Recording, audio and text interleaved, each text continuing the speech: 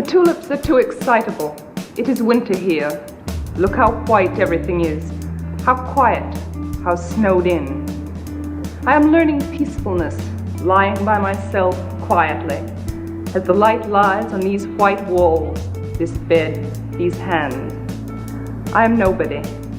I have nothing to do with explosions. I have given my name and my day clothes up to the nurses, and my history to the anesthetist, and my body to surgeons. They have propped my head between the pillow and the sheet cuff, like an eye between two white lids that will not shut. Stupid pupil, it has to take everything in. The nurses pass and pass, they are no trouble. They pass the way gulls pass inland in their white caps, doing things with their hands, one just the same as another. So it is impossible to tell how many there are. My body is a pebble to them. They tend it as water tends to the pebbles it must run over, smoothing them gently. They bring me numbness in their bright needles.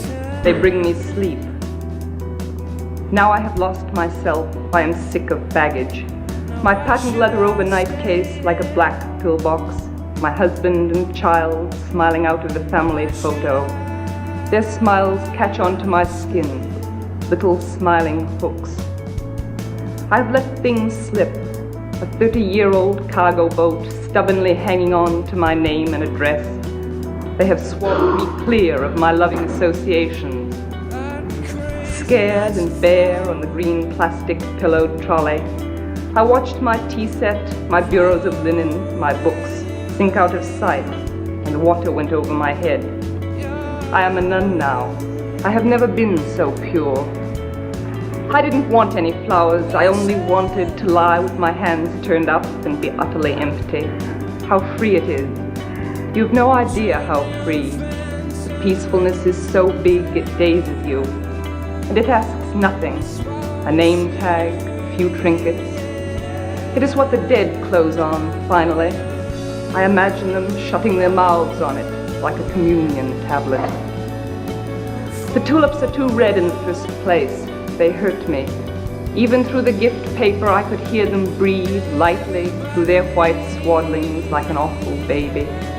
Their redness talks to my wound. It corresponds. They are subtle. They seem to float or they weigh me down, upsetting me with their sudden tongues and their color, a dozen red lead sinkers round my neck. Nobody watched me before. Now I am watched. The tulips turn to me and the window behind me.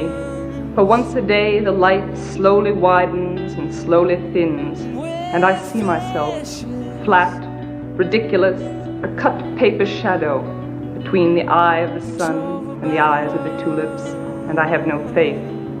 I've wanted to efface myself. The vivid tulips eat my oxygen. Before they came, the air was calm enough, coming and going, breath by breath, without any fuss. Then the tulips filled it up like a loud noise. Now the air snags and eddies round them, the way a river snags and eddies round a sunken, rust-red engine. They concentrate my attention that was happy, playing and resting without committing itself.